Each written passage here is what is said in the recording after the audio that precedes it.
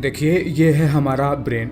Brain से निकला हुआ है स्पाइनल कॉर्ड, और स्पाइनल कॉर्ड से बिल्कुल वृक्ष की शाखा की तरह निकली हुई हैं कई सारी नर्व्स जो शरीर में फैलकर जुड़ जाती हैं मांसपेशियों से, ग्लैंड से, शरीर के बाकी के ऑर्गन से, जैसे हमारा हार्ट हो गया, इंटेस्टाइन हो गया, इन सब चीजों से जुड़ने से। जैसे हमारे घर में दीवार के अंदर तार की वायरिंग हुई होती है ना, जो बल्ब को, पंखा को और इन सब चीजों से जाकर जुड़ता है, घर भर में करंट को डिलीवर कराकर घर में हम लाइट जला पाते हैं, पंखा चलाते हैं, फ्रिज चलाते हैं। ठीक उसी तरह शरीर भर में नर्व फैलकर इलेक्ट्रिक इम्पल्सेस को फैलाते हैं। इस नर्व के जाल से ब्रेन दरअसल मोटर इम्पल्सेस मसल्स को और ग्लैंड्स को, ऑर्गन्स को, इन सब को भेजकर मूवमेंट कराता है। सेंस ऑर्गन से इम्पल्सेस को ब्रेन तक ले जाकर इन्हें सेंस कराता है।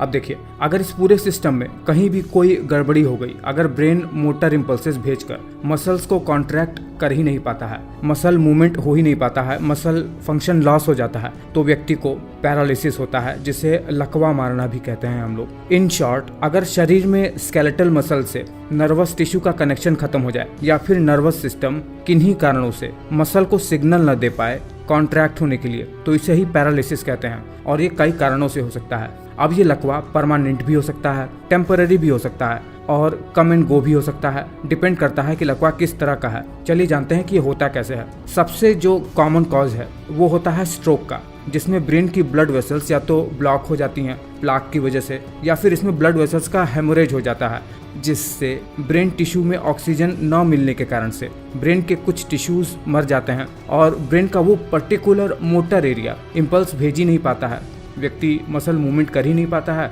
और व्यक्ति को पैरालिसिस हो जाता है। ब्रेन या फिर स्पाइनल कॉर्ड में अगर किसी भी तरीके की इंजरी हो जाए तो भी इम्पल्सेस ढंग से कंडक्ट नहीं हो पाते हैं। कुछ न्यूरोलॉजिकल कंडीशन जो सबसे ज़्यादा खतरनाक होते हैं, जैसे बच्चे के जन्म के समय ही उनका सेरेब्रल कॉर्टेक्स अगर डैमेज हो जाए जेनेटिक कारणों से या फिर ऑक्सीजन की कमी के कारण से, जिसे सेरेब्रल पाल्सी कहते हैं, तो भी व्यक्ति को लकवा हो जाता है। वो जन्म से ही हो सकता है। इसमें शरीर की मसल स्टिफ हो जाती है।